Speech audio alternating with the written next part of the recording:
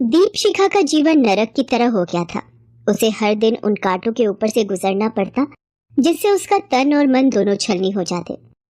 लेकिन शायद उसकी नियति भी ऐसी बन गई थी कि वो उन कांटों से पीछा नहीं छुड़ा सकती थी।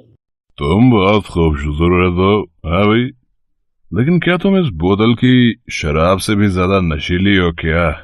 ये कहकर वो आदमी दीपशिखा को जबरदस्ती अपनी बाहों में भर लेता है। दीपशिखा का चेहरा बता रहा था कि उस आदमी का इस तरह उसे बाहों में भरना बिल्कुल भी पसंद नहीं आ रहा था, लेकिन वो इस कदर मजबूर थी। वो आदमी पूरी रात उसके सम्मान को रौंदता रहता है और वो चुपचाप किसी मृत की तरह बिस्तर पर लेटी रही। अगली सुबह, ये लो पूरे 10,000 रुपए, और अब मैं ये दावे के साथ कह सकता हूँ कि तुझमें शराब से भी ज्यादा नशा है। दीपशिखा उन पैसों को उठाती है और टैक्सी से अपने घर की ओर चली जाती है। घर में घुसते ही निर्मला और सूर्या उसके सामने खड़े होते हैं। दीपशिखा सारे पैसे उसके हाथ में रख देती है। निर्मला उन पैसों को गिनने लगती है।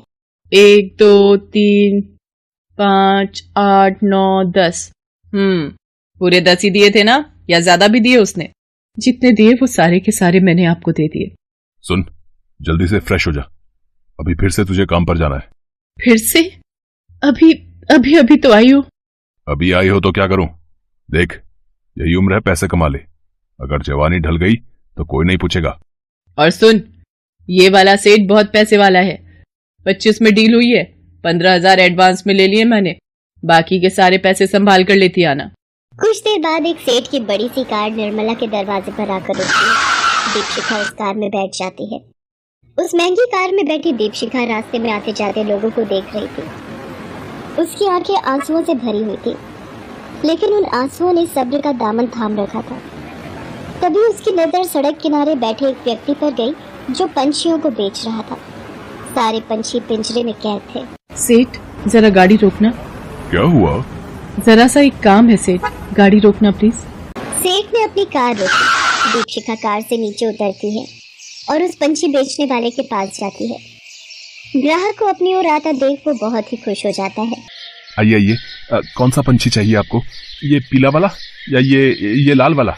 मैं तो कहता हूँ इसे ले जाइए आप, ये बहुत ही शांत पंछी है। शांत है, तभी तो पिंजरे में है। अब क्या कहा आपने? कुछ नहीं। कौन सा पंछी दूं आपको? ये सारे। सारे? दीपशिखा की बात सुनकर पंछी वाला आश्चर्य से भर जाता है। हाँ सारे। कितने पैसे हुए इन सभी के? 6,000। दीपशिखा सेठ से बाकी पैसे लेकर आती है और उन सारे पंछियों को खरीद लेती है और दुकानदार के सामने ही उनका पिंजरा खोलने लगती है। अरे ये आप क्या कर रही हैं? ऐसे तो ये उड़ जाएंगी। इन्हें उड़ाना ही तो है, नील गगन में आजाद करना है इन्हें। दीपशिखा ने एक एक कर सारे पिंजरों के ताले खोल दिए और सभी पंछियों को उड़ा दिया और देर तक उन्हें देखती रही, उड़ते हुए, पंख पसारते हुए, आसमान को छूते हुए। उनकी आजादी की खुशी दीपशिखा के चेहरे पर साफ दिख रही थी। तभी गाड़ी में बैठे सेठ ने गाड़ी का हॉर्न बजाया। दीपशिखा ने उसकी ओर देखा और गाड़ी में जाकर बैठ गई। चलिए सेठ। सेठ की कार उसके घर की ओर तेज गति से चल पड़ी। दीपशिखा एक बार फिर से सड़क पर आते जाते लोगों को देखने लगी और पुराने दिनों की याद में खो गई। क्या कर रहे हो अमन? कोई आ जाएगा। कौन आएगा? कोई भी। तो आने दो ना, क्या फर्क पड़ता है? अपनी बीवी के साथ रोमांस करना कोई गलत काम तो नहीं है, और मैं तो तुम्हारा पति भी हूँ और आशिक भी। ये कहकर उसने दीपशिखा को गले से लगा लिया। तभी दीपशिखा की सास निर्मला की आवाज आई। बहू, बहू। जी जी जी माँ जी। अपनी माँ की आवाज सुनकर अमन ने भी दीपशिखा को तुरंत छोड़ दिया। उसे ऐसा करते देख दीपशिखा ने मुस्कुराते हुए कहा, क्यों, क्या हुआ मिस्टर आशिक? निकल गई सारी आशिकी? तभी निर्मला रसोई में आ गई। उसने अमन को वहाँ देखा तो, अरे तू कब आया ऑफिस से? बस माँ, अभी अभी आया हूँ। और आते साथ रसोई में आ गया? पहले तो मेरे पास आता था ऑफिस से आकर।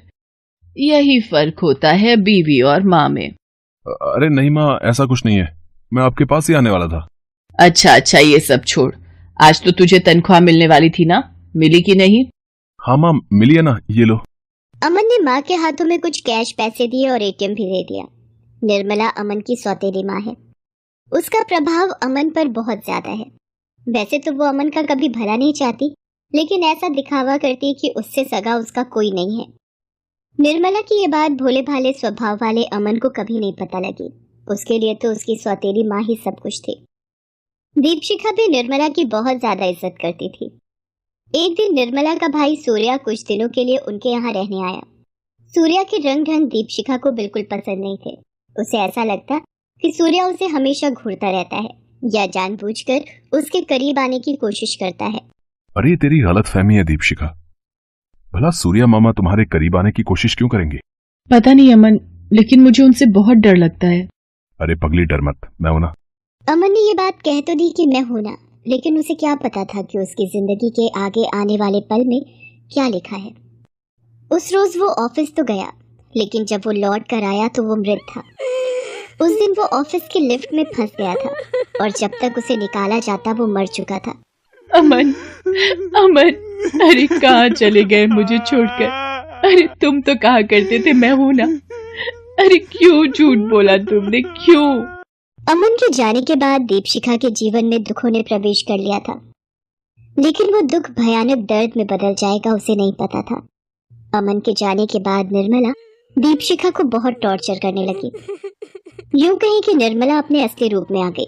अमन तो मर गया, कभी सोचा है कि घर कैसे चलेगा? 50 तरह के खर्चे हैं, वो पूरे कैसे होंगे? और ये घर भी तो लोन पर है, वो लोन कैसे चुकेगा?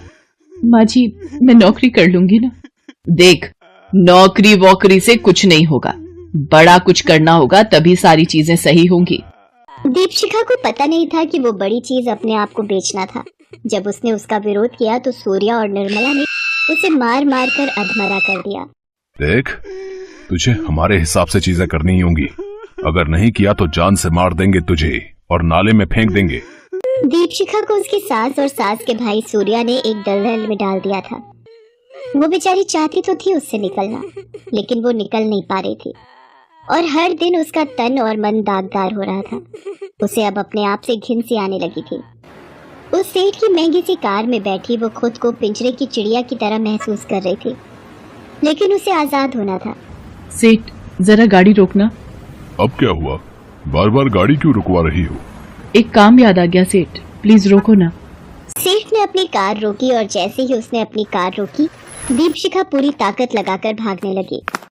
अरे कहाँ भाग रही है तू? अरे रुक रुक। अरे मैंने एडवांस में पैसे दिए हैं तेरे लिए और तूने भी तो पैसे लिए मुझसे। रुक जा।